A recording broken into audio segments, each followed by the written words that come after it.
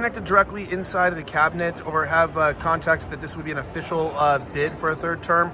Or are you guys just trying to raise awareness as activists? Raising awareness as activists right now. Trump has brought up that if the public demands it and the rules are changed, such as with Representative Andy Ogl's amendment that's been proposed, that Trump would step up to the plate. So we are confident that he would step up to the plate if we get to that point. We have not been in contact with officially with the administration. We're building the grassroots groundswell that will lead eventually to President Trump's third term. Are you looking towards any precedent at the state level where governors have served non-consecutive terms?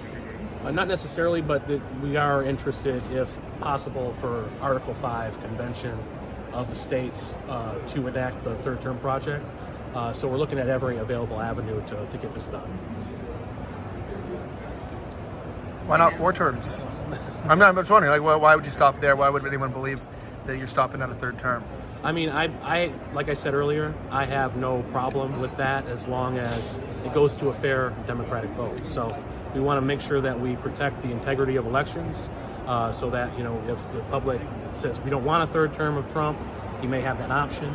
But if the public does not want him, that's not something we want to force. But we do, believe. I personally believe that he should be allowed to run. That presidential term limits, they were not in the initial or original version of the Constitution put in by the Founding Fathers.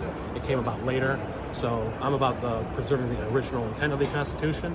But but first things first, let's go for the third term and then see how it goes from there. Yeah, as I mentioned, it's a limited modification. It's simply about allowing a third term. It's not to say that anything else is off the board, but the criticism is usually, well, what about Obama? He could run for a third term too. Well, no, we're just saying that you should be allowed as a president to have 2 consecutive terms. So that would not apply to Obama or really any other recent president. It would only apply to President Trump, who had his second term interrupted because election was stolen, as we believe. If someone believes otherwise, that's fine, but we want him to have 2 consecutive terms to be able to effectuate his agenda and make America great again. So you're thinking that this can be done without some kind of constitutional amendment? No, it would require a constitutional amendment. Yeah, Representative Andy Ogles has introduced a resolution that would amend the Constitution. That's what we're rallying support around right now. So that seems like a very long shot that could ever get approved. Well, some people said that Trump winning in 2016 was a long shot. Trump coming back and winning in 2024 was a long shot. You would need Democratic support in order to get that. And Trump, you see the Democrats in Trump's administration, former Democrats, I should say, RFK Jr., Tulsi Gabbard. So we are seeing a shift in political consciousness, and we hope to apply that to the Congress as well in getting this passed. And sorry if I missed the beginning, but can you just talk about your organization, who you are, what is this initiative part of another organization? Or the Third Term Project. So you can check us out at thirdtermproject.com.